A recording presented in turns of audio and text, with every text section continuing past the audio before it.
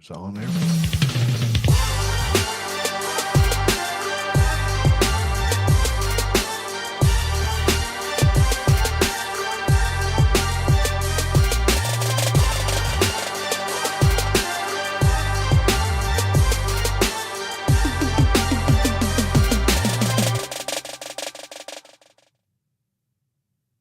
Say, man, there's a lot of stuff going on in this world of college football.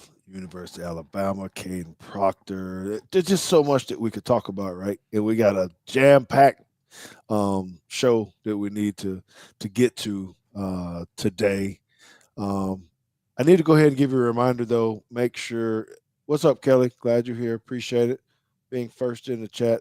I need to make sure to get everybody to hit that subscribe button if you haven't done it already. Hit the bell so you can always be alerted when we drop any type of videos, whether they're shorts or whatnot. John O in the house, Tide in Texas. We appreciate you, man. So do that. But I want to go ahead and get to my run out really quick. Okay. So I didn't know if you've ever heard of an organization called TAPS. That's TAPPS. That's the Texas Association of Private and Parochial Schools. It's the largest private school athletic governing body in the country, right? Well, I get the honor to serve as an executive board member of the organization.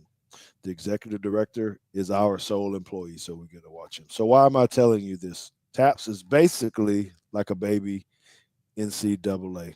TAPS enforces rules, creates bylaws, hosts tournaments, holds schools and coaches accountable. TAPS has to plan for high school NIL in our state, in Texas, the gender rules, many other decisive things that can spark critical debates. Well, recently, like December 15, 2022, the NCAA appointed a new president to run the organization. His name is Charlie Baker. He's a former governor of Massachusetts, played basketball at Harvard, and has many, many accolades. I thought it would be important to let you know that he's fairly new. And on one of my short takes, Teague's takes, I came down hard on the NCAA, and I said that new leadership should be found. I shouldn't have said that, and I apologize because he's new. Mr. Baker has inherited a mess and has to work through all of the scenarios, rules, bylaws, and etc. to get the organization set up legally for all the changes. He has to deal with presidents of schools, conference commissioners, and it won't be easy. So I'm going to back up a little bit and give him adequate time to work with his team, work the angles to put the NCAA in position to handle this storm surrounding the NILs, collectives, transfer portals, on and on and on. So tonight, during the second half of our show, we still going to have some hot takes about the stuff I just mentioned to you, the topics, right? Because it's pertinent that we talk about the possibility of Kadyn Proctor returning to Alabama. Discussion is going to include Ryan Fowler and, of course, JT and myself. You need to get in the chat and give us your stuff, too. So we pride ourselves on this show of giving factual information, but we also are a program full of opinions. So our takes on the NCAA rules will include a lot of opinions, so take it for what it's worth. I just want you to enjoy the dialogue. Join in the chat when you're ready. And now we're going to go talk some ball. So I'd like to bring in JT, my host, co-host. Man, how you like that little run out right there, JT? Yeah, that was a little different. Yes, yes. Well, we making waves, brother. I know we kind of talked about it when other radio stations and stuff, people coming, they're really starting to watch and see how we react or how we produce and things of that nature. A lot of compliments to you. So round of applause to JT, first of all, for being the executive producer of Teague's Take. Making all that money, baby. $31.13. Such a lucrative opportunity. But anyway, man. So I'm excited about start raising some NIL money. I'm gonna hit the transfer portal too. I'm gonna go over to Justin's show. Well, okay. I'll tell you what I'm gonna do. Start charging a little bit for babysitting. And then I'll give it back to you. That's what we'll do. But anyway, I hope you're doing well, man. I hope you're excited about this show tonight, because I am. I was so stressed yesterday. I just got to tell you, I was so stressed about a lot of this stuff. So I feel like we need to talk a little bit of football and then get to this other stuff. What do you think? How you feeling tonight? I was feeling good. I mean, I wasn't stressed yesterday. I was enjoying every minute of it. So Uh, so many just I just felt vindicated yesterday. I thought it was a good day. okay. All right. Well, so I hadn't even really told you this, but our guest tonight that we have on, I know I sent you his, his resume, the things that he has. Man, he's been coaching for a long time. Head football coach for 13 years, been in high school, 23 years total. Played at the University of Alabama with me, and you can see what kind of guy he is just from the pre-show, right? Showing us old family photos and pictures and how he was actually carrying around a camera on the sideline. So you know he's a little bit of rebel for that. He knows you well because he's a very, very good friend. It's someone that me and Consuelo hung out with. You know, he was uh, there for when you were born. You know, someone that we wanted you to be around, and I kind of apologize to him for not having you involved with him as much as I would have liked because he's so influential. You know, and he cares about kids. And he just loves to try to do the right thing by them. So if you look up anything about that, you will read that about him. That it's always about the kids and trying to instill hard work, dedication, and things of that to nature to you. So I want to bring in my buddy. Everybody, give this dude a round of applause, please. Maurice Shug Belson. What up, man? What's going on? What's going on? Look, Man, it's I, all I'm good, I'm gonna man. make an extra effort to be country as hell tonight. Okay. Yep. Okay. Yeah, got a little echo. I don't know if I that's got it. Yeah. me or That's something. about it. Yeah. So, man, you're. Thank you for, for one being a listener and a viewer of the show, but just agreeing to come on and talk some ball with us. So, before we do that, can you kind of elaborate a little bit more, like specifically where you've been as a coach, head coach, and other things for the listeners? Well, of course, I've been a journeyman. Like you said, for the last 23 years, I started out coaching in Florida and bouncing between Florida and Alabama. That's where the where my career's been. Um, uh, left, left left Alabama. We're talking football. A guy that left a 2A high school and went to the University of Alabama and actually played as a freshman. That was, kind of big. But as a coach, uh, all of those things followed me. Going to Florida, coming back to Alabama.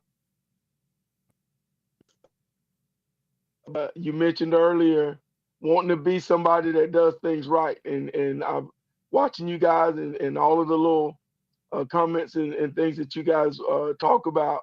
I remember you talking about, being a new coach at a place and deciding whether or not to keep the staff or to let those guys go and things like that.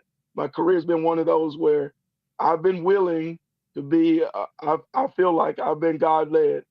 And I know that He's called me to go in and probably be the guy that will change things and turn it around. And as you were dealing with over the last couple of days, sometimes people don't like it when you say the truth about how you feel or what you really think things are. And so my career has been one of those where if I go in and it's not the way that it needs to be, and they're not willing to move and adjust to be uh, a place that provides the absolute best opportunity for kids to have a great life, to glean something from football to make their lives better, then I've had to move on. So the career's been one that's bounced around and been a kind of a journeyman, but I'm very Yes, proud sir. of it. And like I said, the head coach in years of 13, I've had some good teams. My record may not display some, uh, huge win totals, but I'm very pleased with the things that we did at every stop that I made. Yes, sir. Yes, sir. So you do some training now? Do you train some linemen and things of that nature, or what? Well, yeah, that was the goal. I've been out of coaching for the last 2 years. Again, though, the last three head coaching jobs. just really took it out of me. It was really difficult when I cared more about the growth and development of the kids than they did for themselves. So I've been out of coaching for the last couple of years, and just coming home and working around the house, and you make fun of me, but I got chickens, and it's been look, George, has been wonderful, but uh, uh, um, I intended to do just offensive and defensive line training. You know, those guys get overlooked, even though they're the heart of any successful program. Um, and it just so happened that one of my young mentees took the head coaching job that's still in the system that I am. I don't have to change school systems. I know he's going to do it right because I trained him to do it right, and it's an opportunity to get back into coaching, and I don't have to be the head coach and deal with a lot of the headaches. All I got to do is focus on defense and make sure he don't have to worry about defense. So the training stuff kind of went to the side the minute that he came with such a great offer to come in and coach with me. All right. Well, I appreciate it. I could talk to you all day and stuff, but I know your We got to time move is on. valuable and stuff, and I need to be able to get to this defensive stuff. So, JT, come on back in here because what we're going to talk about right now is about the what I'm calling match three. I don't know. There's probably so many different names that people call it.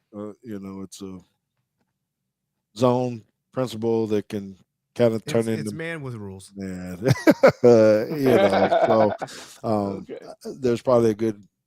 I don't know what they call it in basketball when they do that. They call it man zone or zone man, right? Same stuff. No one really knows what to call it.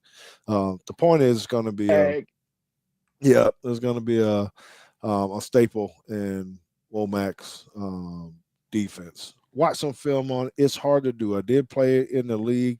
It can be um, good, very good if you know what you're doing, or it can be very bad if you don't know what you're doing. Right. So before we actually get to the clips, I want to ask you guys these things, just so you're looking at what the strengths and weaknesses are. I know there's probably a lot of them, right? But I'm gonna ask JT first. If you got two strengths of this defense, what would they be? This coverage. I'm sorry, this coverage. Um, just in general, when you're pattern matching, inherently that's supposed to mean that the player that is in the best position to pick up a route is the one that's going to cover it. Whoever has the best leverage. Um, that's not always the case, but that's the general idea. So I would put that in the strength column because there are, as we'll see, there are ways that you can kind of manipulate this a bit.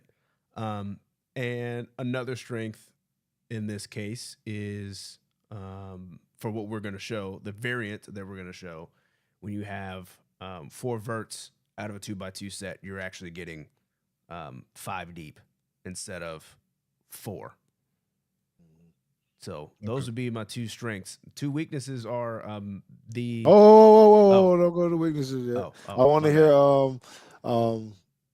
I'm going to keep calling him Suge. I don't know if that's disrespectful to our That no, listeners in here or that's who I whatever. am. That's who I am. I'm okay with that. All right, Suge. Let me hear your two strengths first. Um, you kind of the first one I kind of recognize was the indecision that you give the quarterback and the receivers um, uh, that helps with fast throws that are hard to cover and versus talent that can really hurt you. You give them that indecision. They're not really sure about where you're going to be or where that route's going to end up. That I see that as a strength, and also the flexibility to play sound on the back end, and gives you the ability to run, to be run focused, and on the quarterback Who got because of box dogs? That's numbers. you, Suge. That's you, Suge. What are no, your dogs no, tail up somewhere? Who that? no, my dog too old for that. He knocked out on the bed right now, bro. All right. Anyway, I just kind of the indecision that you give the quarterback and the receivers about actually what they're going to get. So it eliminates those fast throws and those easy tosses that can really hurt you. and then the flexibility to play sound on the back end that gives the front the ability to kind of run focus and the possibility to get more pressure on the quarterback because of box numbers. Okay. Yes. So that's going to be interesting to be able to talk about that because of how you looks like whether or not, which will show you guys, right, whether you got 8 in a box or do you not, and how you make that look to try to deceive the quarterback a little bit. Okay, JT, now you can tell me what your weaknesses are, your 2 weaknesses. Yeah, trips is a problem. Um, it doesn't always have to be a problem. I'm not saying just because you're getting trips, like now you can't cover anything. But the 2 things that I thought about was 3 receivers to the field because it just kind of messes up your spacing, especially since now your number 2 receiver is going to be farther out. So that overhang, if you're telling him the apex, he is. If you were counting on him as a box defender, he's probably not a box defender anymore because now he's way wide. And then the other problem that you have is, and which we saw a lot at our level, was when receivers start to oversplit. And Tennessee and Josh Heupel like to do this, where they will take, they will stack 2 receivers behind Stack each them other guys out like there. this, and then put them on the numbers. And it's like, okay, so where do you tell that overhand to stand now? Is he gonna? Do you want him out there with those receivers, or do you want him in the box? And they're gonna have to. Wow. You have to make that decision. You can't play both anymore. Either he's going to help or he's not. Either he's going to help with the run or he's not going to help with the run. And they want you to declare because if you're going to leave the corner out there with 2 receivers stacked up and you got a quarterback that can make that throw and screens all day. Jalen Hyatt is still out there probably running for 55-yard touchdowns off of some bubble routes and smoke screens. So those are problems that you can run into. There are solutions, but just there are things you have to think about because they will happen to you. Okay. All right. What about you? Sure. Again, I like that JT goes to the X's and O's and I can talk kind of philosophy like the complexity it requires. It's complex, so it requires a high level talent, high level coaching, high level of consistency. And of course, all those things on the high school level and the college level are highly regulated. Um, and then kind of related to that point, communication breakdowns is like we were kind of discussing in the pre-show stuff. Communication breakdowns, selfish choices by any piece of the puzzle, or a failure to move the quarterback by the front, especially talented quarterbacks. That's usually detrimental to anything that you're trying to do on that back end. And that's where you've seen a lot of those just wide open catches and guys go for days, that kind of thing. So it's highly complex, so you got to be on point. And if anything breaks down in the mix, somebody's usually standing naked wide open. All right. All right. It's good. Appreciate you guys' input on that. So let's go ahead and put up the slide, JT, of what it actually looks like from just a base alignment. Oh look, we have a wild Ryan Fowler has appeared. And he's upright. He's straight, man. He's straight. Well, welcome in, brother. We're, Hey, you're look, free to join in on this conversation if No, you no, want I'm to listen. as This is well. like Okay. football 101. I'm Hmm. taking notes. I'm taking notes, and I Okay. apologize. The dog was on me. Okay, I got to Oh, take that was you. responsibility. oh Yeah, well, no wonder I and couldn't hear really, him. Yeah, it was yeah. right. Well, yeah, I have witnessed a fight over here, and I just hope Alabama's linebackers will have this alpha dog mentality that I just witnessed like 3 minutes ago. So, uh, yeah, I appreciate you guys, man. I'm taking notes, man. You guys, I'm here as long as you need me. Just don't rush. All right. Thank you. So going into this, uh, I'm gonna ask Coach Shug to kind of talk just real quick, high level, when you look at this and you're saying match three, you're trying to explain this to a kid right now. What are you talking about alignment? Just real quick, and what a simple, if I can say, concept that you're trying to get out of this coverage. Okay. Well, first of all, I will absolutely declare that it's way beyond anything that I've been capable of doing on my level. All right. I understand it. I know it. But again, what I would be telling kids is you have to study enough, work hard enough, be dedicated enough to know when you need to move over a foot to the left, back up 3 feet to the back, or move up a step to put yourself in the best position to be able to complement whatever our film study has shown us for this week. You need to make sure that you're capable of putting yourself in the optimal position to be able to match the routes and help your teammates based off of what we're expecting. All right, excellent, and I love that the word used the word match. So JT, to you, the let's start with the corners. Go into your R and your S. I see you have with the drops and the overs and all this kind of stuff. Can you give a simple breakdown of what they're looking, what they're reading initially before the routes even come? So you have it on the playbook, and it says what for the C and what for the S, uh, and so forth. Yeah. So this is actually just a screenshot of the what they usually would get, and I try to keep it super simple, and then we drill into the details over camp or spring ball as it happens. So the corners, I'm telling, look, you have deep third, and I ask them how many of them have taken any kind of math. All their hands should go up since they're still in school. They should have taken some kind of math, and they should be able to kind of roughly divide the field into three parts. Usually, I just kind of tell them, like, look, you have from sideline to hash, safety has from hash to hash, and then the other corner has the other sideline to hash. So there you go, three parts. You have to be, and then it's really the hardest part of teaching young high school players is that, like, just because you are in between the sideline and the hash doesn't mean that you're actually covering all of it. You need to be like in the middle of that landmark, right? So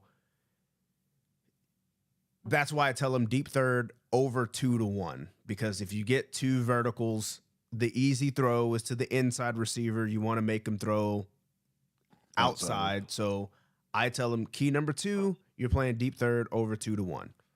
And then when we get to the overhangs in this diagram, the S and the R, we learn the acronym MCD: match, carry, deliver. And that is 3 directions for them.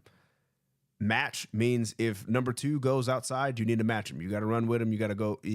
When I say match, that means if it's a out and up, like a wheel, that's yours. So that's what we mean by match if he goes out. Carry means you need to carry him all the way to the end zone if he wants to run deep. And deliver means if he goes inside, you need to deliver him to the linebacker, because the linebacker is going to be working out towards you. So we learn MCD, where that which directions each one of those goes, and then we tell them how to cover number 2. And then the free safety, we kind of just tell them, hey, get in the middle of the field, and then look at those receivers and look at those matchups.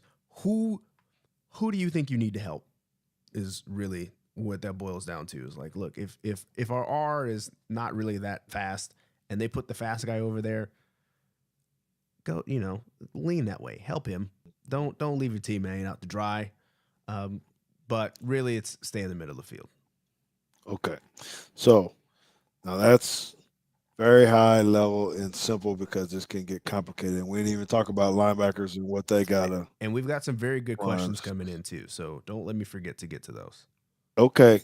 So we'll get to those just immediately after we kind of go through this. So pre-show, we were kind of talking about how this, and you kind of mentioned it. So maybe you can just let's just draw it up. 4 verticals. I think that's the easiest one to kind of speak on, especially since you just kind of talked about the deals. If you got your markers right, 4 verticals meaning all all go. So essentially, it would turn into a cover one principle, right? With the free Yes. safety in the middle. So think about what JT said. That is actually his carry by the S and the R. The corners will be going back, right? All right. I hope everybody can see that. That's pretty simple. So the next thing, if you can erase that, the next thing I want you to do is, and I know you got some diagrams on this, but have your twos run underneath crossers or something Like mesh. shallow. Yeah, like a mesh, right? And doesn't matter what you do with the ones, they can go up the field somewhere. Um, Point is, I wanted to see the difference in what the R's have to do. So now you're talking about your uh, deliver, right? Yep. Yeah. So in this case now, um, you are going to deliver to the linebacker. So once you kind of have this pass off here, number two is going to keep running. He's going to pass him off to the mic, and the same thing's happening over here, right? So you got these pass offs, and then as we're passing these across, the S is going to end up taking this one. The R will end up taking this one from the other side of the field, and then we'll have to handle whatever the hell number ones are doing on the outside here. Yeah. So, Shug, when you're talking about this, I'm assuming you do run side in your defenses. You've probably run some type of cover three, right? So we're talking about a match three. But did you have you run just three deep? I don't know what you would have called it, but did you run a true three Yeah, zone? we just call it cloud. Yeah. Well, I've never been a fan of the uh, true cover three zone just because it's Too many gaps, too there's many a lot holes. of exactly. And again, on getting what JT mentioned it earlier, getting kids to understand spacing and how much space they actually have to be responsible for in a zone and not just stand in the spot. Coach, I went to the spot. Yeah, I'm in my zone, but you yeah, dropped to the cone the and just stood there. yeah, and the man's 8 yards away from you. You got to actually get to the man. So, but yes, we have a 3D concept, but it's mostly it's a hybrid of what we're talking about. We match on the outsides. I don't ask my linebackers to do any covering.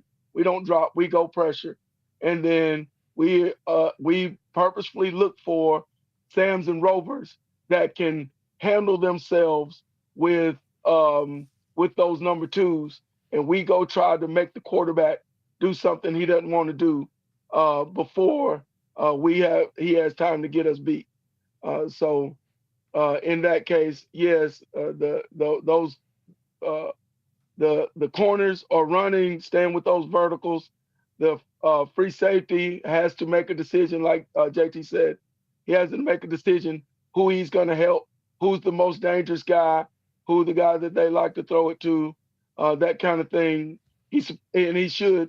He's supposed to be our smartest guy back there, knowing where everybody is.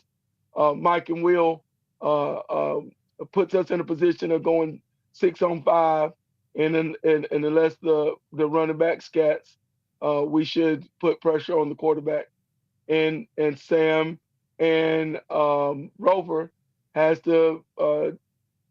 We try to discourage those kind of crossers, but with rules nowadays, they love the offense. Hmm. I like So your choice of words there. Discourage. I like that. I like that. Okay, so I'm going to interrupt. and go ahead. I want to make sure just because we have to remember, okay, that when we are some of our viewers and listeners, it's not going to are very um, new at this or elementary. So you said a Right. word that I feel like we might need to discuss, not Explain. now, later, but he said when a running back scats.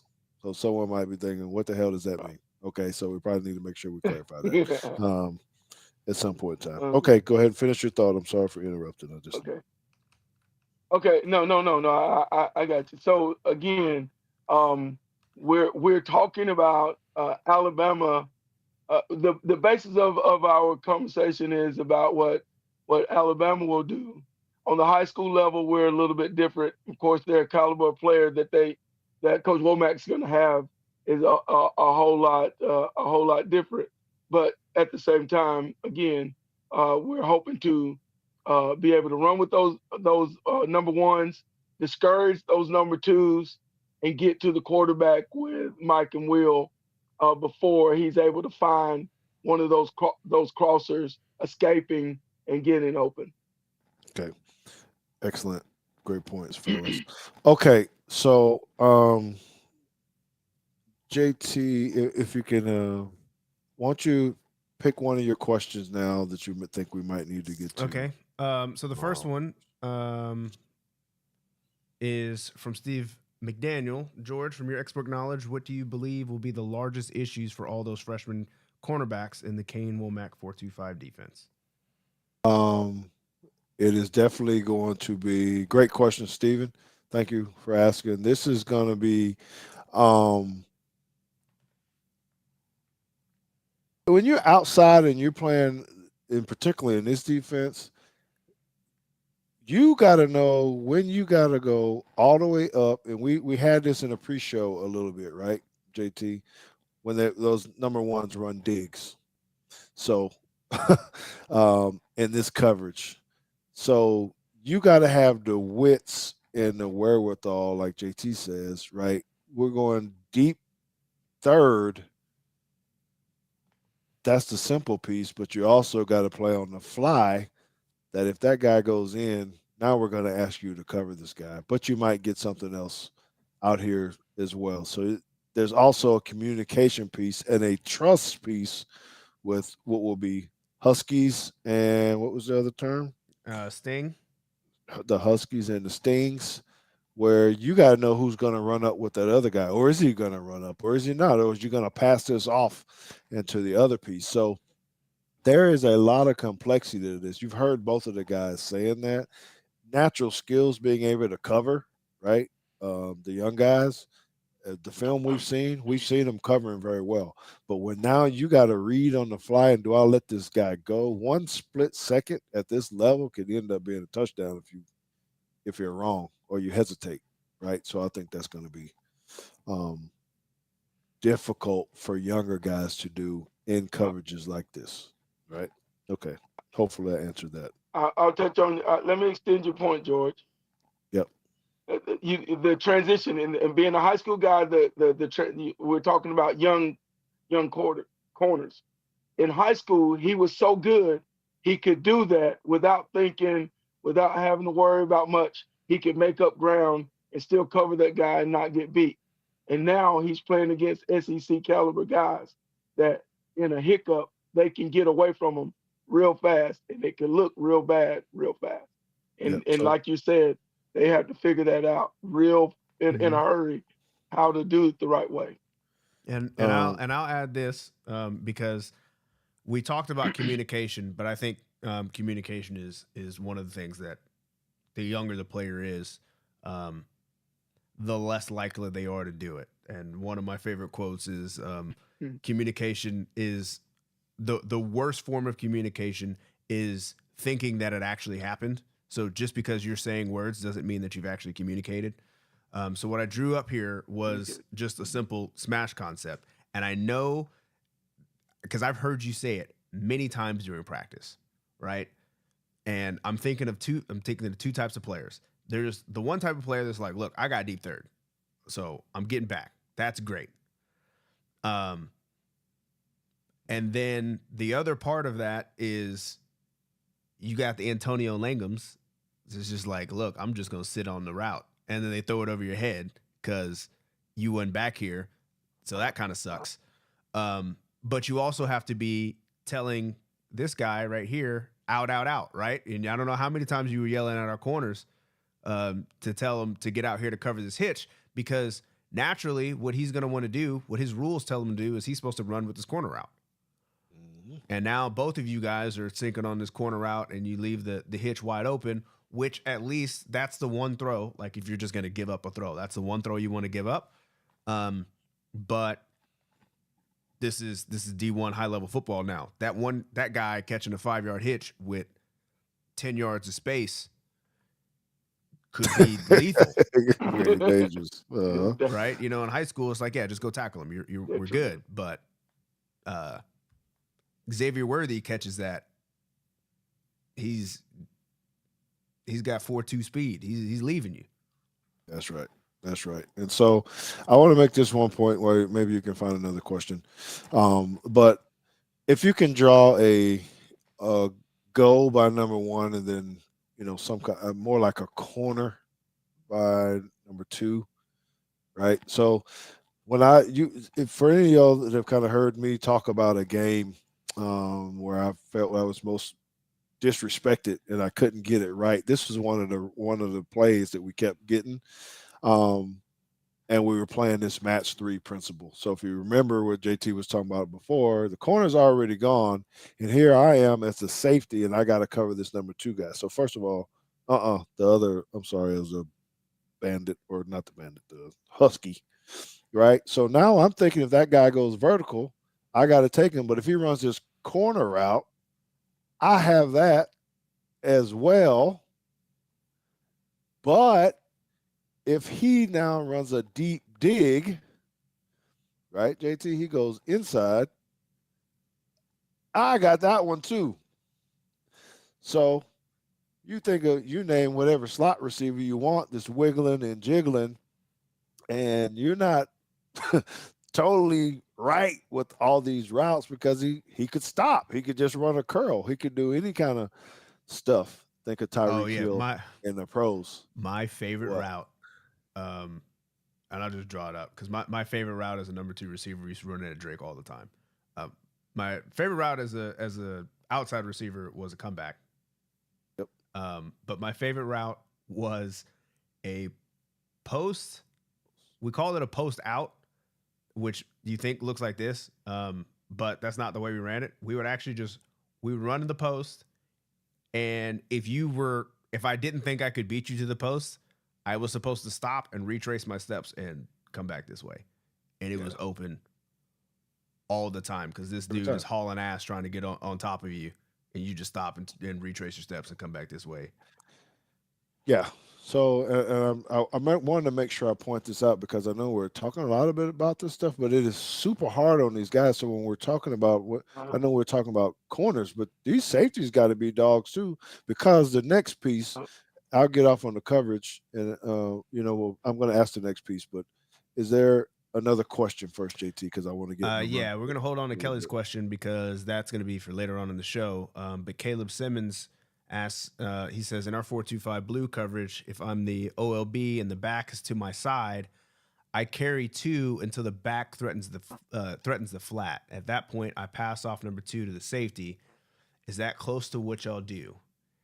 And at least for me in my defense, it's game plan dependent because, like, if I'm not worried about this back, I kind of want you to throw behind the line of scrimmage. But yeah, like we were playing St. Thomas, that guy was going to Vanderbilt, so I would rather leave this guy open. Good as hell. Yeah, it just depends. Yeah, so that was one of the questions when I want to talk about how hard this is, because let me give you the NFL version, which is definitely closer to the what you're going to see at Bama, and why your linebackers have to be able to run as well. So if you draw number 2 going vertical, you still had the Sam running up with them in the league. Now the Mike backer, if that 3 ran a flare or out, if he went out on a flare, the Mike is going to go. He's got to go. Right, and this is how we ran it in the league. So he could. I think this is what Alabama was trying to do with Pete Golding, except that never happened. That's right. So, but you just have the issues, and what he's talking about, this communication. That's the simple part. But if number 2 goes under, and 3 runs the same route, now you're going to pass them, right? So there's talking in, out. Now you're going to switch. It's easy on both guys. So that's how you can see guys getting open, wide open. You're going, man, who was supposed to have him or whatnot? You might not. Because now you start messing with people, right? Because once you figure out these rules where they're going to pass them off, and you get something like this. They start running up. They do all kinds of He's stuff. going to try to drag you out this way. Safety's got to make a decision, and the back's going out this way. You better make a decision quickly and decide who's gonna. Because if one of these guys gets confused, right? If they both take this guy because they weren't sure, the back's open, or Right. if they're not sure and they both end up trying to jump on this guy. So you're reading your stem routes, the stem of it too, right? And Mhm. we've kind of talked about it because that same way he just drew that up could turn into the corner route that I was just talking about. But anyway, I don't want to harp on that. So I want to get into the pieces of the run fits now. Quickly, I guess on this is now who's it the hardest on? The two linebackers in the run fits, the two down safeties. But what do you Shug? How do you see? Well, you just touched on a point that makes it difficult for, I mean, to be honest, for everybody, especially if, like JT said, they do it well. If receivers stem well and disguise their routes, I mean, really sell what they're doing, and it looks like something for a beat or two, and your eyes have to stay on them. By the time you recognize that now it's run, and I've got to go fit whichever gap that I'm supposed to fit wherever my route took me, and I come down to fit it. You're talking about, in high school, 5 or 6 yards, in college, maybe 3 or 4 yards. But at the same time, those guys will turn 3 or 4 yards, 3 or 4 yards, 3 or 4 yards, and beat you to death. And like the stems and the routes that look like they're finished routes, but they're really to distract you. And next thing you know, the running back, because they've got 5-on-4, they're blocked. They got a good solid double team, got an edge guy to press, and that back hits B gap hard. I mean, if the Mike is looking at that crosser that JT drew up earlier, and it could go for a lot, and so that the corner and the free and the other corner, them figuring out that, oh no, they're just running and stalking. It's a run, and now it's a 7-yard game. And any as defensive guys, we hate patient offensive coordinators. So if he's patient and he'll take that 4-5 yard gain over and over and over again and just stay patient, you hate that. I want the guy that, we got to throw the go route. We got to throw, that kind of thing. Or we need to throw it to the flat. We've been running. We haven't thrown the. So to answer your question, or to kind of comment on it, is those run fits are very, very difficult for those guys because, again, the guy that was a All-American defensive back that's now the head coach is telling you, hey, you better cover that guy because he's going to, he's going to run past you. And then when they run off the edge because the end can't get there and Sam has his head turned, you're in trouble. I mean, again, like I said, and if the offensive coordinator is patient, it makes it really, really hard. And when you're playing in a league like the SEC, I mean, you have to, like Ryan was alluding to earlier, if your Mike and Will aren't dogs, you're in trouble, brother. JT, you had a comment you're about to make? Yeah, because Coach Scott used to say this all the time. 4 plus 4 is 8. Plus 4 equals first down. So all they're trying to do is get 4 yards of play all night, and that's an unstoppable offense, right? So,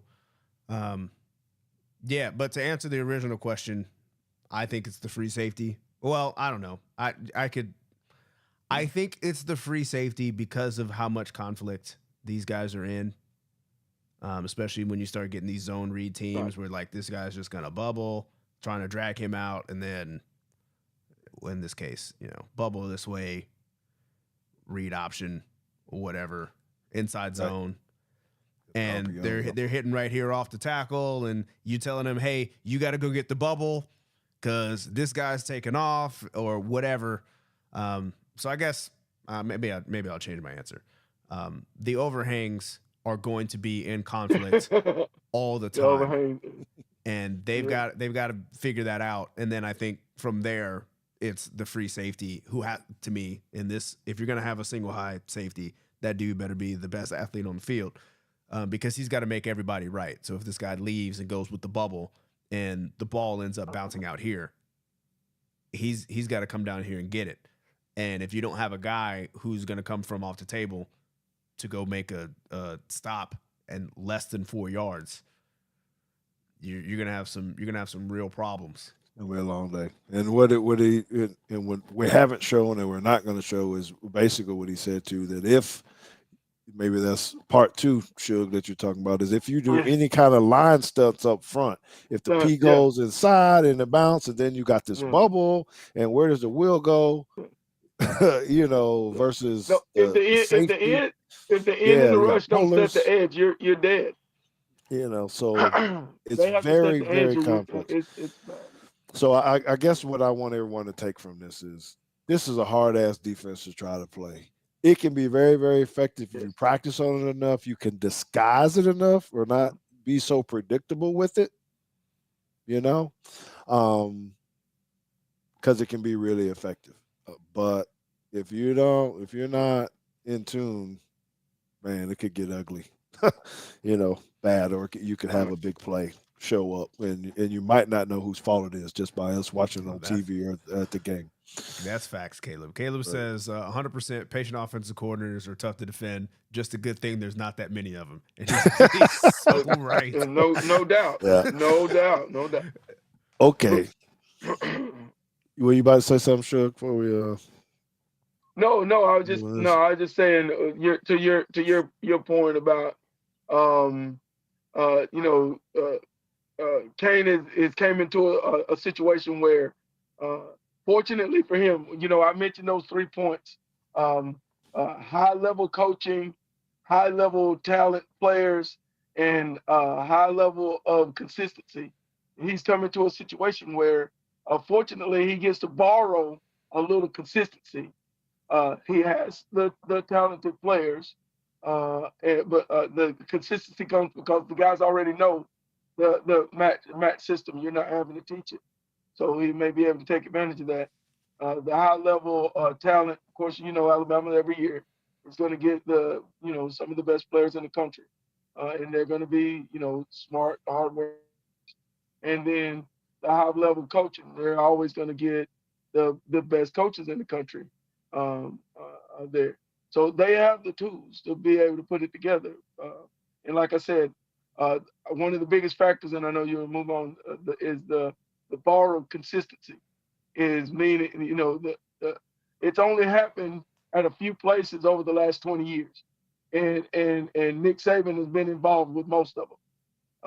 Is that discipline, the consistency, don't change. The coaches understand, and kids have to be indoctrinated and steeped in it for a large amount of time in order to have high levels of success.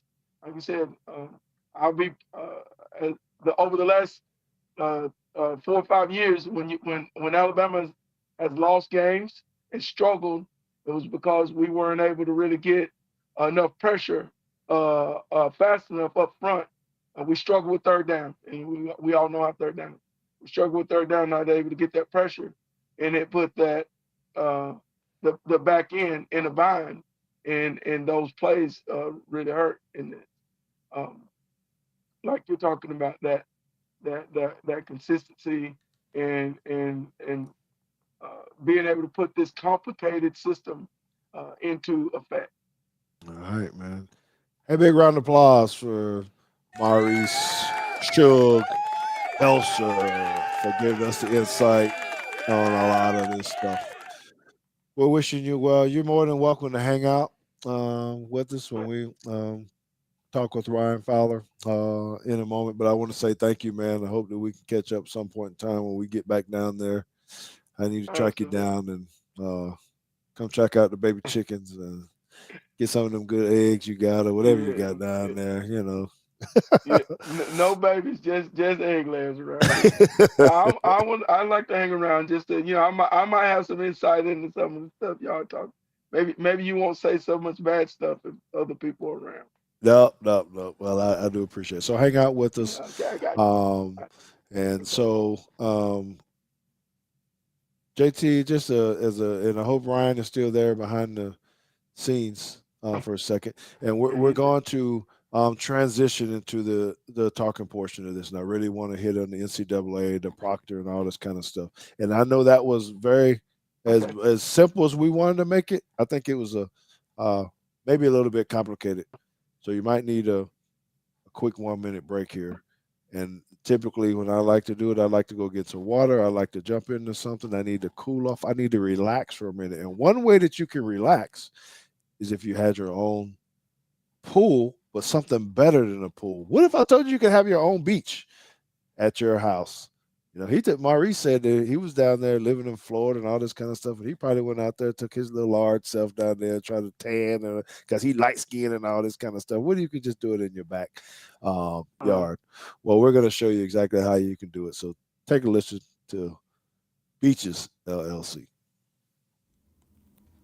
Let me tell you about Beaches LLC.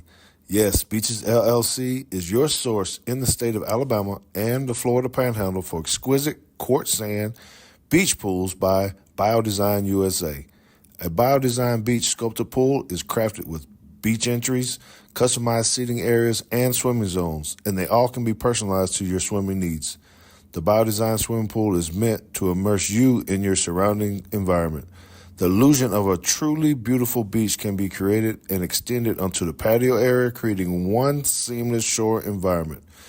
Let them help you turn your dream backyard escape into reality with an eco-friendly, more durable, less time, and less expensive to maintain, totally customizable pool. To learn more about turning your dream into a reality, please visit their website at www.yourbackyardbeach.com. All right, there it is, man. There it is. So, I want to say thank you to them. Big personal thank you to them just for being supporters, jumping in early with Teague's Take, always being there for us, sponsoring the show every single week. Thank you to Beaches LLC. Now we got to bring in another heavy hitter to come into this, and I'm really excited about this a little bit. Right, he is the host of the game on 100.9 in Tuscaloosa. He's doing really, really big things. He's been doing this for a long time, but now this is like a special, special honor for us because you know what? He's dealing with the big dogs, man. He got DeBoer on, he's got coordinators on, he's hanging out in practice. This dude ripped up my media pass today, man. He was like, ain't no George Teague supposed to be here today, not at no pro day. I'm glad that he's a friend of Teague's Take and that he comes in and he brings us insight. If you guys haven't downloaded the app to 100.9 and listen to his show, The Game, every Monday through Fridays, 2 to 6. Is that right? 2 to 6? Yes. You need to make sure that you do that because he's always bringing the fire, have great insight. So welcome in, round of applause, Ryan Fowler, my man. Hey, thank you guys. And, our station has a little 92 flavor as well. Martin Houston leads us out of the gate every morning at 6 a.m. So Martin Houston, and we've got Christian Corey Miller, which you remember Corey played in the NFL for all those years. May have played against you, George, for the New York Giants. He played with LT, and we've got those guys at midday, and Christian Miller, which is the edge rusher for a few years ago that won a couple of national titles. So we've got a really good lineup. I mean, local media guys. So thanks for the invitation. I'm excited, man. Talk with you guys, and I know we're going to throw it around a little bit. And I appreciate the education that you guys just provided a couple of minutes ago. And like I said, I got a face for radio, so you guys are much better for these video casts than I am. So I appreciate you having me on. So how'd your interview go today? I'm sorry I couldn't listen in. I was stuck on the track dealing with some lacrosse polls and stuff that athletic directors have to do, this kind of stuff. But how'd your interview go today with with Coach Coach DeBoer. DeBoer? And well, Yeah. and let me just kind of add to what you guys were talking about a couple of minutes ago, and that 4-2-5 defense. And I'll kind of add, I was sitting here listening to you guys, and one of the questions that kind of came up, and I wanted to talk about the swarm D. I had Kane Walmick on a couple of weeks ago, and I'm still kind of learning about this, but I'll give you kind of some insight, and I'll tie this back to Pete Golding for a couple of minutes. We had Kane on a couple of weeks ago, and I wanted to kind of educate myself about the 4-2-5 defense. I know he's already met with Nick Saban, and I asked him about that. And he said Coach Saban was pretty impressed with the defensive package, and really with what Kalen said today on my show, and then what Coach Walmack said a couple of weeks ago, is there's a lot of similarities, and I think that Coach Saban was trying to get here with this defense because the sources kind of behind the scenes tell me that Coach Saban, about 15 minutes into the interview, because Kane is trying to present what we're going to bring to Alabama, because I don't know what role Nick Saban is going to play. If he's going to play like an analyst or a consultant, or hey, if we need to slow down this, then how can you help us? I know he wants to stay involved with the program, but it's my understanding is he kicked his feet up on the desk and he goes, man, wow, this is impressive. This is where we were trying to get to on our defense, but we couldn't for some reason get it implemented into what we were trying to do. And so he told, Kane Walmick that, and then he kind of presented that to our audience maybe, I guess, 2 weeks ago. And then Kalen today said the same thing. I said, okay, for the amateur out there, tell me what the average fan's going to be able to visualize. And he said, really, there's a lot of similarities with what they do. And I know you guys were a lot deeper than I could go. I mean, I just have to depend on you guys to kind of provide some insight. But he said there's a lot of things that kind of is overlap. And he also said, listen, I'm not trying to talk for the previous coaching staff, but it seems like that they've got some overlap here with what they wanted to do at Alabama in the last couple of years and just couldn't get it there, and then what they're going to bring in. But when you look at Kane Womack and you look at Mo Linguist and you look at Hitchler from Wisconsin, guys, this is a pretty good defensive staff. I've kind Yeah. of been on record. When you look at the talent and you get head coaches to walk away from head coaching jobs and you get them to come to Tuscaloosa, and I know the monetary value, but to say, you know what, I'm going to hitch my wagon to Kalen DeBoer and the University of Alabama, that tells me that they believe in what Alabama is going to be teaching in the next couple of years, because they think that this is enhancing their future coaching situation. So I just think it's a lot of fun to kind of explore these two coaches. But I guess the big takeaway, if you want to ask me number one takeaway, I asked him about the quarterback room, and Kalen DeBoer just shut it down. I mean, I didn't even try to pencil him in a box. I didn't say, hey, is this your guy? I said, how are you going to manage this talent quarterback room? And he pretty much said, listen, Jalen Milroe's taken every snap for the first team. And I wasn't trying to pin him with a question. I just wanted to ask him about his quarterback room. He volunteered that. So that's what's been going viral today, is just how much he believes that Jalen Milroe is, 4 practices in spring, that he's playing with a lot of confidence. And I've heard kind of similar things behind the scene, that he's really grasping what they're wanting him to do. And so I think that's my big takeaway from 20 minutes with Kalen DeBoer earlier. Yeah, no, we appreciate that too. And I want to say that, you were talking about the similarities. And I think it was our show 2 weeks ago. JT and I were talking about that. Whether or not you say Saban ran a 3-4 or Yeah. 4-2-5 or whatever, we're saying I think we all came to the conclusion it's basically the same stuff. It's just what you call it and how you line up and what the personnel is. But the philosophy is basically still kind of the same. And it's exciting to hear if they think they can get these guys to another level on defense. Good Lord, it's going to be crazy on how good they could be. So, Well, uh, and let me throw this question in here just for quick, and maybe you guys can take this. Uh, how much is it going to help Alabama that they're going to be going up against this offense, good on good, Monday, Tuesday, Wednesday, Thursday, to see what they're going to see on Saturday, to be able to go against, because isn't the offense that Kalen DeBoer is bringing here more of where college football is moving to? Yep. How beneficial is that to be able to see that? Because I'd rather be exposed on Tuesday, Wednesday, and Thursday than Saturday afternoon. That's just something that grabs me, that this offense is so advanced. It's going to challenge our defense to get in better, in shape. Well, all the concepts that JT was kind of talking about with the bubbles and RPOs and those are things that we showed on the film. I don't know what month that was. I guess that was in January. Yeah, probably in January. And we were showing his offense it's this type of stuff that you got to be smart at when you're on defense because of having a quarterback pull it. And it's going to be, and I'm just going to say it's even going to be harder on our defense to try to stop maybe our offense with Jalen Milroe at the helm, because now you got a quarterback that can run the ball. We ain't even talking about that part, trying to stop the run. You got another guy that can have the ball in his hand. Anyway, let me get into this because I feel like and hopefully you guys are okay. I need to talk about the NCAA, Kadyn Proctor, all this other kind of stuff. But let me lead this in with you. To you first. So the friend of our show who popped in, he was second on the show. I always like to jive him because Kelly was first. John Anu Friedcheck was second. John Anu Friedcheck is a buddy. He's a president of Tide in Texas out here, which is the alumni association out here.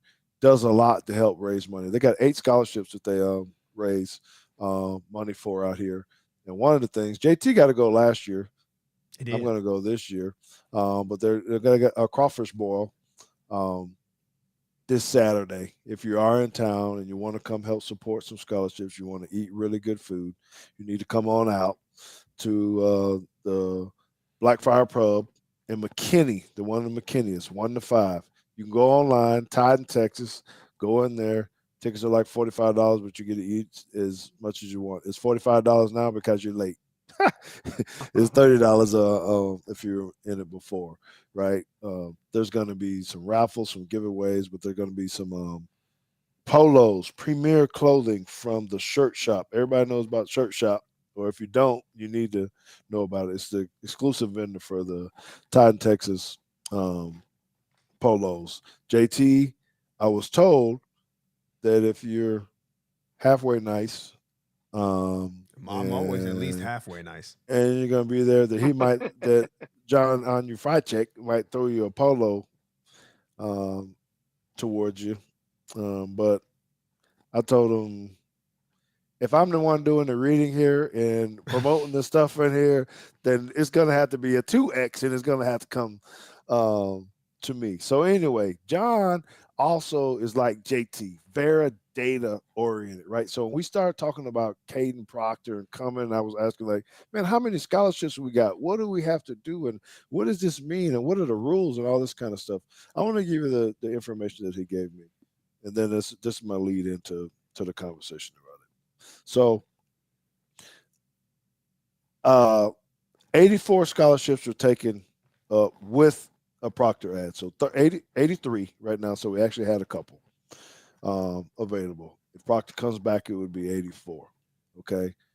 His projections were and what me and JT talked about on the phone too, who's going to transfer out after the spring game and whatnot. He's kind of said, well, you might lose another defensive tackle.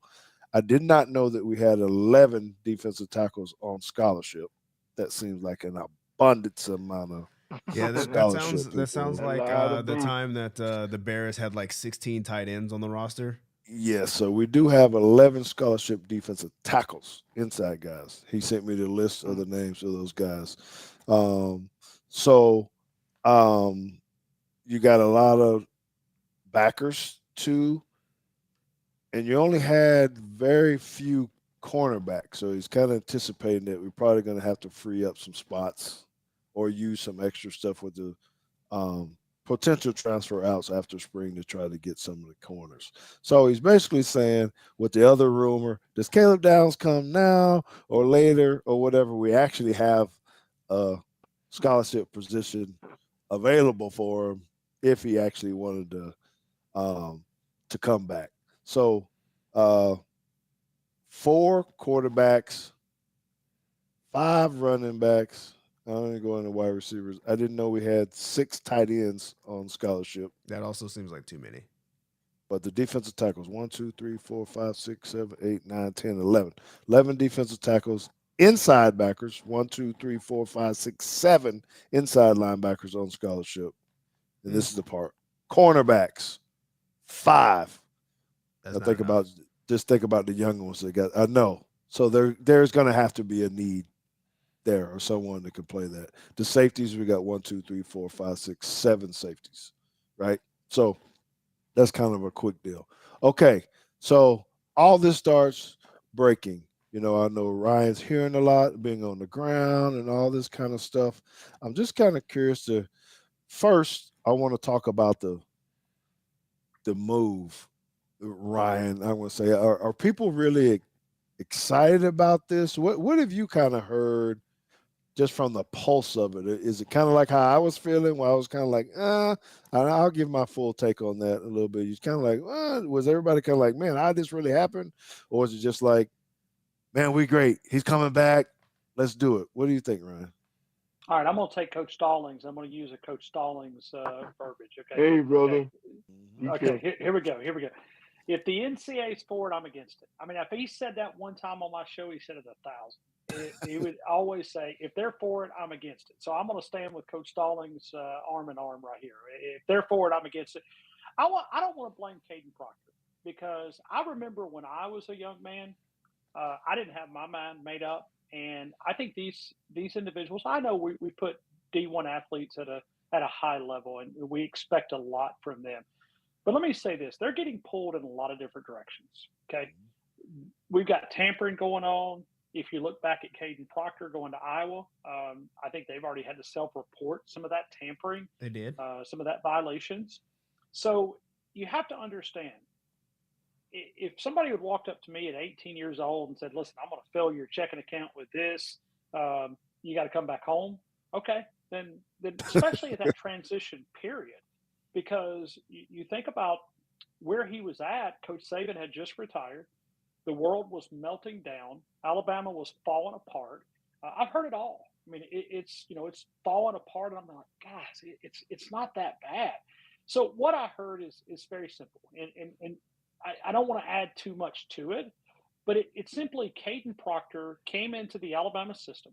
Alabama is the 33rd franchise for a reason. I mean, you walk into that building, and it's a pro system. They operate like a pro system.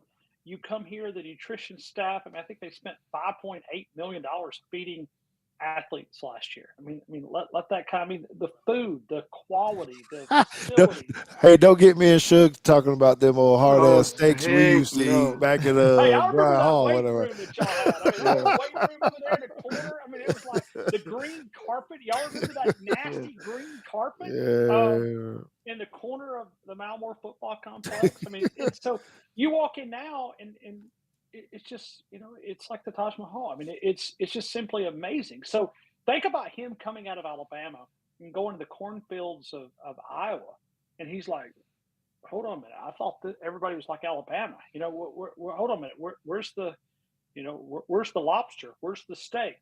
I think it was simple. I think he went back and he said, whoa. And I know he's built some great connections on this team. I know he came back for spring break. He went to the fishing with some of his former teammates, and I think they pretty much embraced him and said, hey, we'd love to have you back. And I think he realized, you know what? This is a pathway to get back. And I think he began to explore and to say, you know what? I can do this. I can do this. So I blame the system. I don't blame the player. And a lot of times I don't take the side of every single player discussion. Sometimes I try to be as fair as I can. But in this situation, we have to look at ourselves as people in the college football business, the bureaucrats who pushed this can down the road and allowed the Supreme Court to overrule. The system is broken, and really, this may identify. Do I like it? No. Listen, if let's say Parker, the center that transferred from Washington, or Austin Mack, or maybe the tight end from Washington would have come here and he'd stay here for 3 or 4 months and transfer back to UW, I'd probably have the same reaction. But really, we got to look at the system. This should magnify what's wrong with the system when things like this are completely, because there's no eligibility issues. I mean, I couldn't ask Kalen DeBoer about it because he's not officially back on the roster, right? Because, but as far as the eligibility side of things, there is no debate. I mean, he will be eligible from day one when he arrives back on campus. Now, to me, I've got to attack the system. The system is in place. This is not a Kadyn Proctor issue. This is an NCAA issue where they're going to have to take the bull by the horns and really fix what's happened in college athletics. I don't know who's going to be to stand up and do it. And I love Nick Saban. I have no faith in him accomplishing this at the Washington, D.C. level. I'm sorry. I love Coach Saban. This is bigger than Coach Saban. You're not going to put this genie back in the bottle. And it's neglect that we allowed to get here. We did this because we failed to adjust to the current college football structure. And so here we are. We're asking Congress to get involved. We're asking all these. And Coach Saban, I love you. You might as well go enjoy the beach down in South Florida, because I don't think there's nothing I don't think he can do. I really don't. So NCAA got to fix this, and that's what I was kind of talking about. But they have no power, no, but I'm just hoping. The question I asked him yesterday is like, what are they here for anymore? Or like, what do they do now? They're not allowed to. They can't enforce any kind of NIL rules. They can't enforce transfer rules. They don't own the playoff. They have nothing to do with the postseason. They don't have anything to do with the regular season. So what? Something got to happen. So let me think about this, guys. They came out 2 weeks ago and told us that they weren't going to. This is JT, at least lie, right? You're just gonna say, "Hey, look, multi transfers, cool. We're just not gonna investigate anybody. But we're not investigating anybody for NIL violations, not even retroactively. They'll do what y'all want to do." That's like me going through Gordo or Pickens County on the way to Mississippi, and they say, "Well, we're going to take all the radar guns out of the police officers." You think I'm going to do this? I mean, the idiots. Literally, could you imagine what this portal is going to be coming up here in a couple of weeks when we open this thing up? They told you they're not going to investigate it. Let me say this, and then I want to ask Shook something here.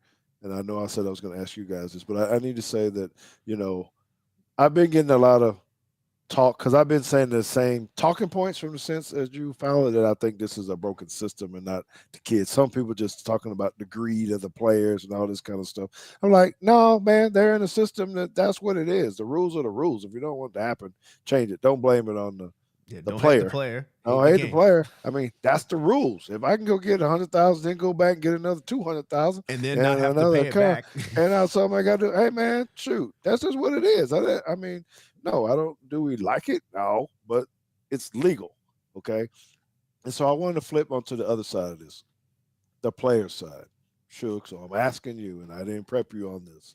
This is true, just from your heart. So now you're just got recruited. You got to don't put your hat on from a long time ago because they're gonna say you're an old head and you're a hater or whatever, right? But you're a freshman. You're a freshman that just came. I consider myself progressive. I can. All right, so you just came. Yeah. You were recruited, and you were just coming in, thinking you're gonna have this spot to play, right, on campus because Proctor left.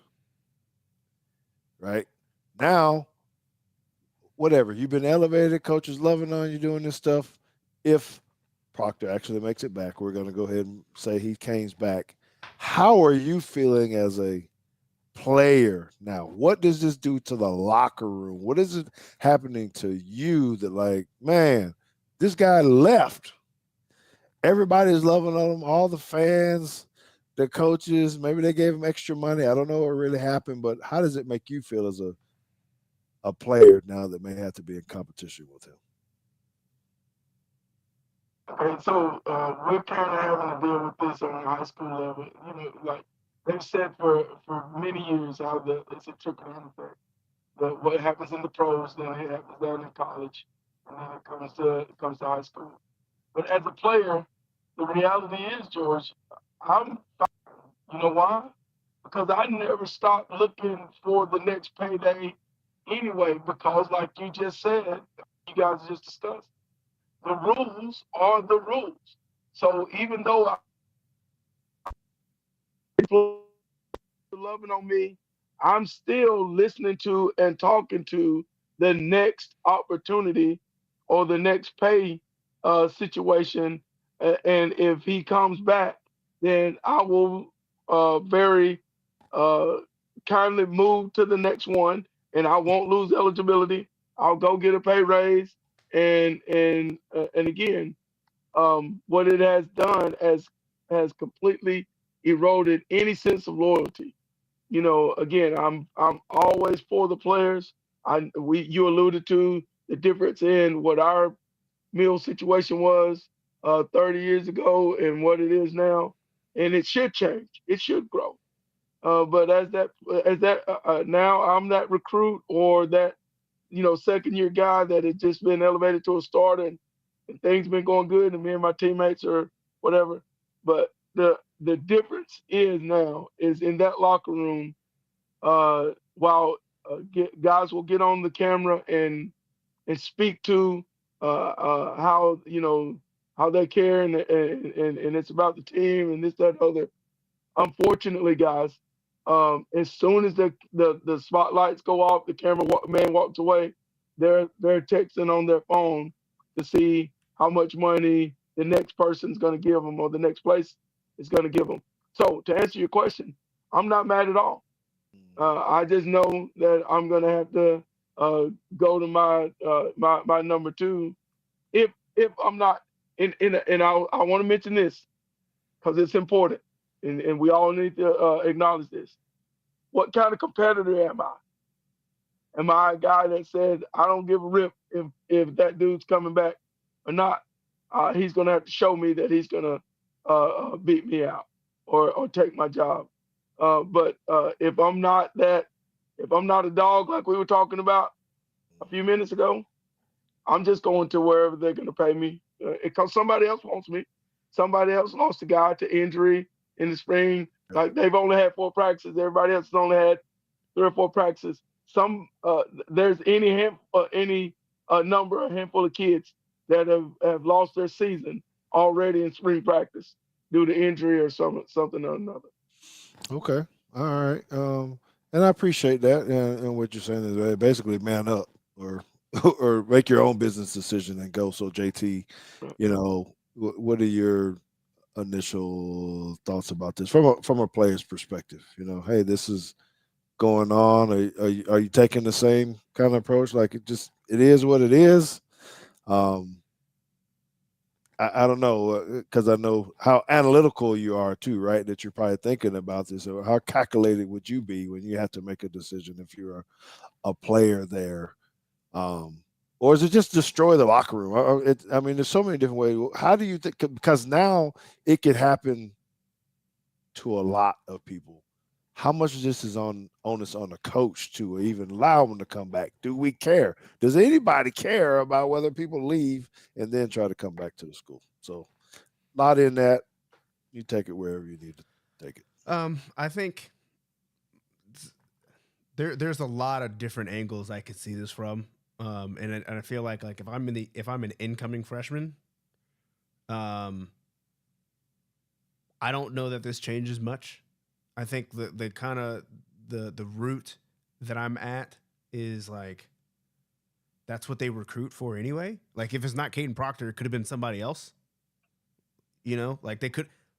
If I'm an incoming freshman, they are like I'm probably not the only offensive tackle coming in anyway, and they already got another. And just because Kadyn Proctor left doesn't mean that I was going to be given the spot. There's probably another tackle that they were going to try to start over me anyway. He's gone for 2 months and he comes back and is like, okay, so there's 8 weeks that I thought I was higher up on the depth chart, but this is year one. I probably, unless I really just think that like I'm that dude, that I would. But I also feel like if I felt like if I was that dude, then it doesn't matter because I was going to take a spot anyway. So if I'm an incoming freshman, I'm kind of like, look, this is a wash. It doesn't matter. I still got to put my head down and work. Now, maybe if I'm Kadyn Proctor's backup and I'm a junior and he leaves and then he comes back and he's like, oh, psych, never mind. Jordan meme, I'm back. That I think is where the conflict then hits me because it's like, okay, maybe I was thinking about transferring anyway because this kid was a freshman and I'm going to be a senior next year. He's going to be a sophomore. It's just probably not going to happen for me anyway. I do think it makes it harder, but what I struggle with when I'm thinking about this is like, how much does it really change? Because he was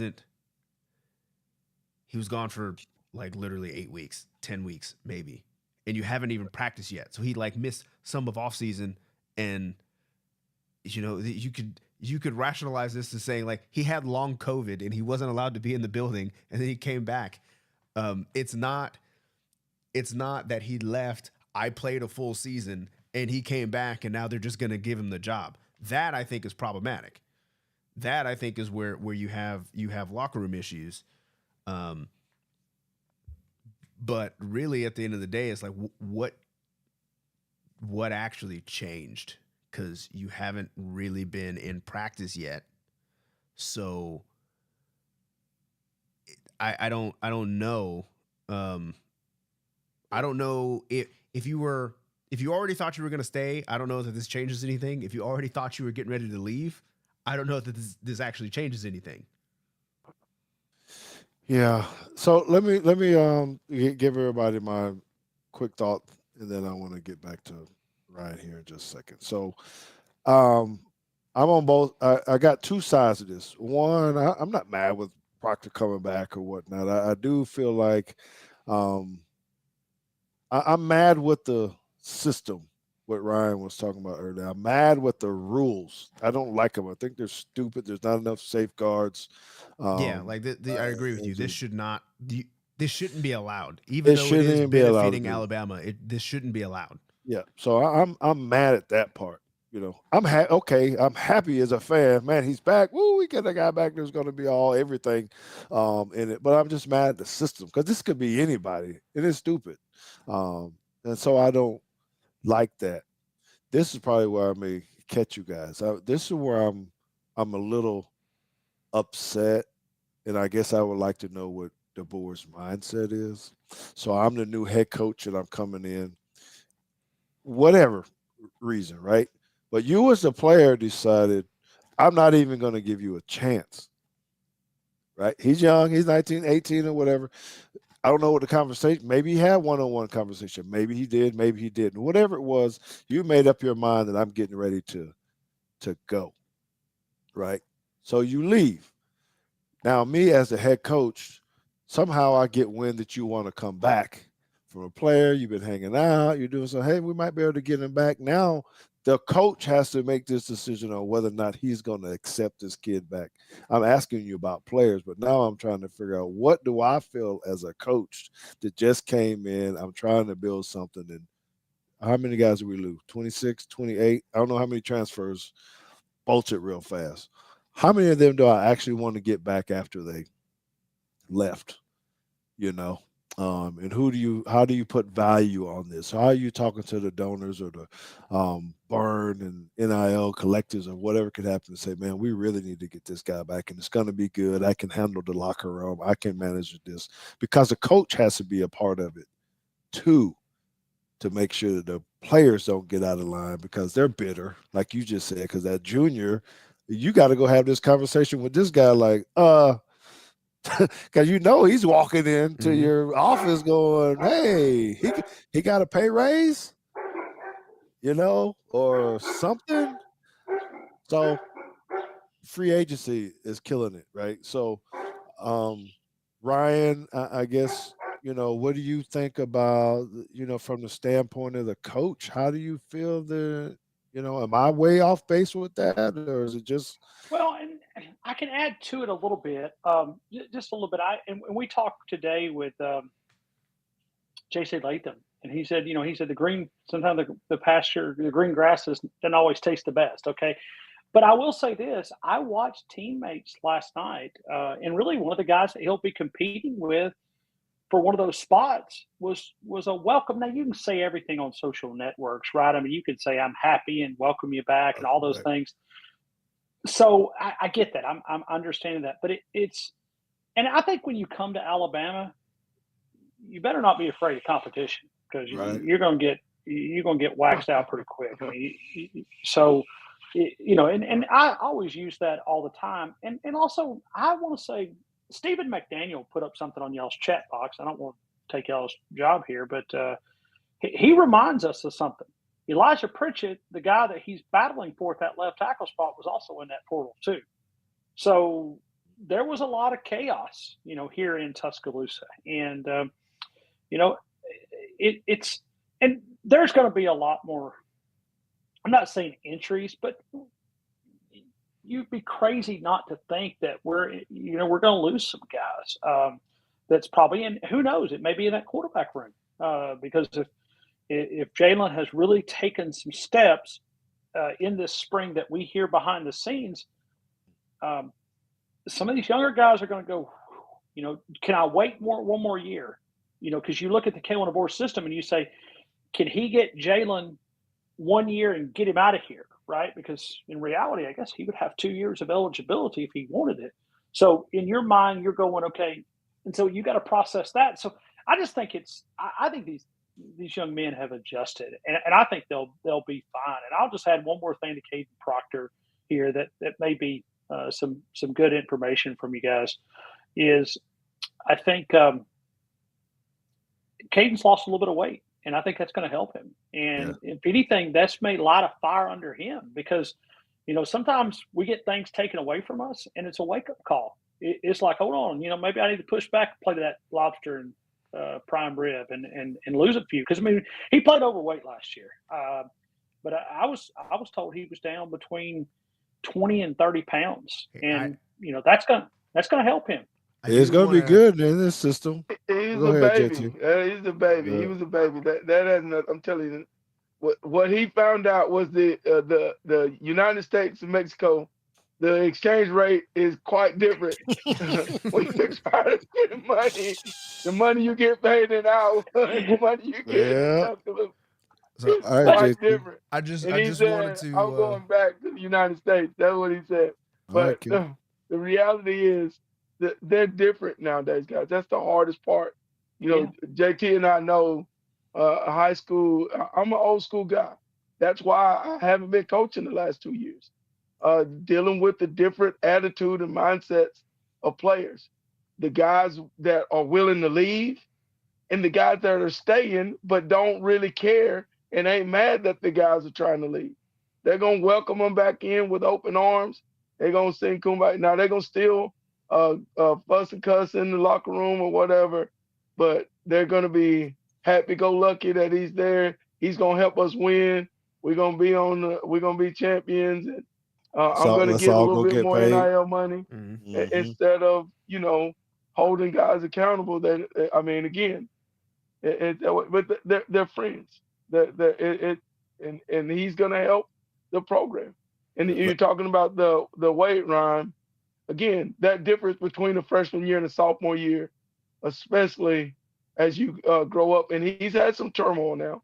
Again, he's had some turmoil. I'm telling you, I'm gonna say this and I'll shut up. I guarantee you, when he went back to Iowa, the amount of work, the distance he wanted to show those guys, the separation in Alabama and Iowa, contributed to him being different. I guarantee you, he spent time demonstrating to those guys how different it really is at Alabama and the difference in Iowa and Alabama.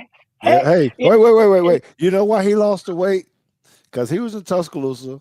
He was all up in dreamland, full moon, Archibalds, all this kind of stuff. They go up to Iowa. I don't know. I think they're eating wheat and corn, or I don't know what they eat. They ain't got no substance in there, so they lost 20, 30 pounds. See, But Hey, anyway, that's how you hey, let me know you don't know anything about country, George. How do you think hogs get so big? They eat corn. That's how they get so that they feed the corn. That's how they get okay. big. Hold on, but but hey, JT okay, go ahead. no, but hey, think about this. It just came to me. Okay, if you're Kalen DeBoer, if you got anybody that wants to talk about the transfer portal, let's just say you got a guy comes in on March the 14th, the day after A Day. I want you to meet Kadyn Proctor. Tell him about Iowa. Tell him about those places away from Alabama. That's true. Kadyn, you now your punishment is going to be you're in these meetings. Now tell these guys how great we have it here in Tuscaloosa. That's true. I mean, he would be the poster, right? He's like, whoa. That's So true. he might even convince a few young men to say, you know what? That's a wake up call. Thomas Jefferson said, "Smart people learn from other people's mistakes." JT, Yeah, You so were I was trying gonna to get say just something. kind of something that dawned on me when Suge was talking about it kind of something similar happening in high school, and I was thinking about it, I was like that literally happened to us this year. Now he didn't actually leave and enroll, and I won't say what his name is, but he was trying to go to another school because he thought that they were going to be more competitive, and he was a very good player for us. He was a starter. He was going to be he was an upperclassman, so we didn't know where he was for most of the summer and didn't really participate in spring. And then late in the summer, I think he showed up for like the state 7-on-7 tournament or something, and was like, "I'm back." And the coaches are kind of like, "All right." So then you go through camp, and that's when you start having you're trying to figure out who your captains are going to be, right? And there's many ways that different coaching staffs do it. Some coaching staffs just say, "These are who our captains are, and we're going to dictate who it is." Coach Shealy likes it to be very much player led, with the option of us vetoing if we have to, if the kid's a knucklehead or whatever. And they voted him a captain, knowing that he was going to leave, and saying, "Hey, look, I don't think we're a very good football team, so I'm going to try to go to this other school." And he came back. They voted him a captain. There was at least 2 people on the staff that was like, look, I don't really, this don't sit right with me. But he was like, "Look, that's what the players want." And he ended up being a very it's weird to me that like you get through once you got through camp, like I kind of forgot that even happened until like just right now.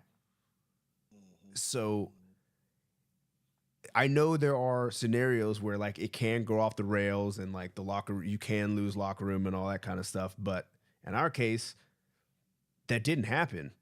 And, we didn't necessarily have a punishment for him or anything like that. It just, the players welcomed him back. They voted him a captain, and we were kind of like, well, I guess this is what it is. So, hey, they said this on Memphis Standard last night. All kudos to Marvin Constant for saying it. He said the way you're gonna lose the locker room is if Seth McLaughlin comes back. We accept him back. There's gonna be some problems. But anyway, man. Hey, man. Yeah, so I need to say thank you to them.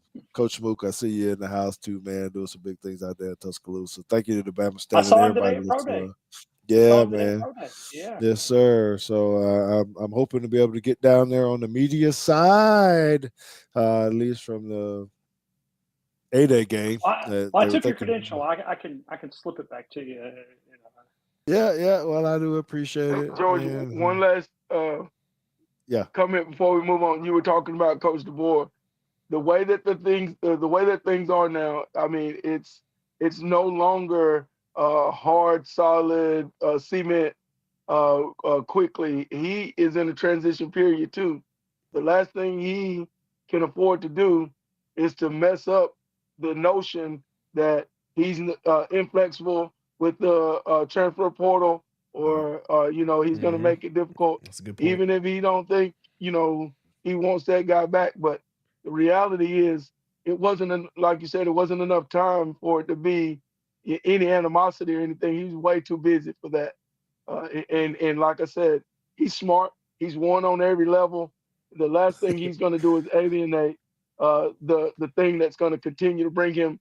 Because like you said 5.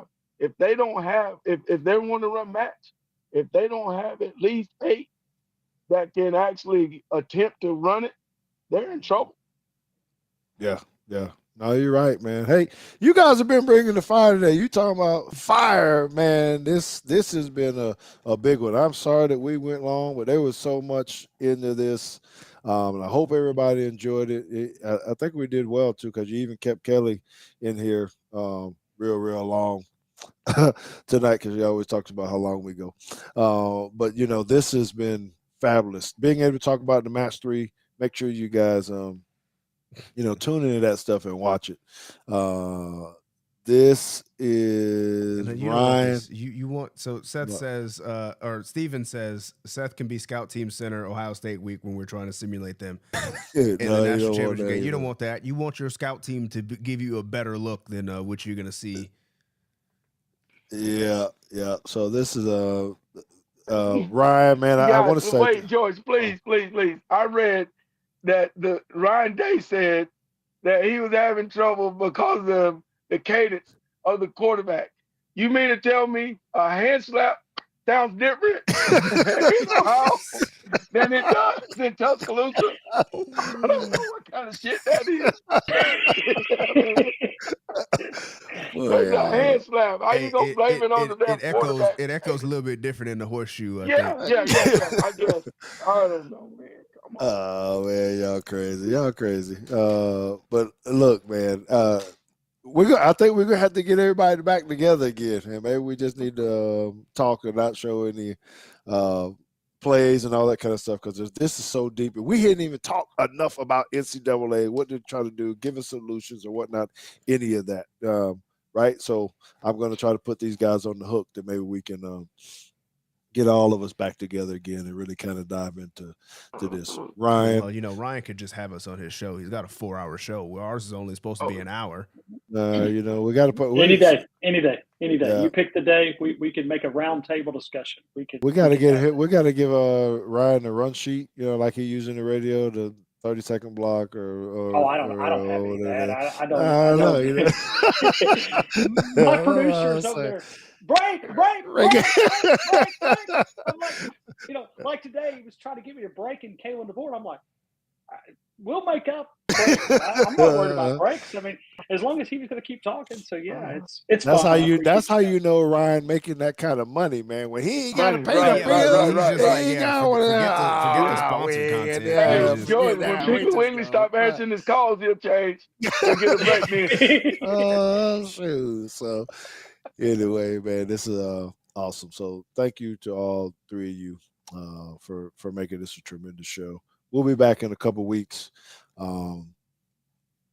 talking more Alabama football. Spring is getting heavy.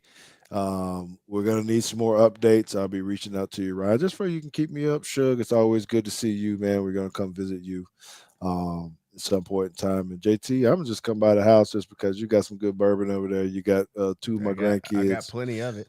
You got 2 of my grandkids. And JT actually know how to cook. Man, he made it. What's this? My last piece. He made some kind of. What was that you fed me though? It was just cabbage. Yeah, he made some cabbage, man. But he had some sausage and stuff in there. It was fried cabbage. And some fried cabbage. I was like, hey man, see, should just go back there in the back. He'd get his food from backyard. But anyway, man, this has been a great addition. I'm a country bumpkin too. Now he said something about chickens. I got them in the barn too, man. So you and I, we're bonding together. Look, I mean, George likes to try to make people believe he's a city guy. But I am a city guy. It is Montgomery, Alabama. Yes, Montgomery's a city, but it's in Alabama. You know what? So y'all remind me to do this, and hopefully Shug won't take this any kind of personal because this is who he is. So Shug sent me a picture. It's a 2-sided picture Got him and his yeah. lovely wife on one side. He got on a suit jacket. You know, it's kind of like the Superman kind of thing. He got on a suit jacket. She kind of dressed up real nice. On the other half of the picture, she's in it with some shorts, little shirt. He got his arm around it. He got on the overalls, no t-shirt, and he got a chicken in his right hand and his wife in the other hand. So I need to post that shit on social media, let everybody know who Suge is. He's proud of where he came from. So anyway, very proud. Very proud. I allow him. Oh, this one. I allow him 10 side chicks. Oh man, y'all play too much. But I'm trying to JT play the music, man. So we go, man. Play the music. See, that's our goodbye music, man, right here. Because T-Take's about to come to the end. 2 weeks, we're gonna be back. Follow us on all our social medias. Hit that subscribe button. Thank you to our sponsors. Thank you, Ryan. Thank you, Suge. Thank you, JT. We out of here.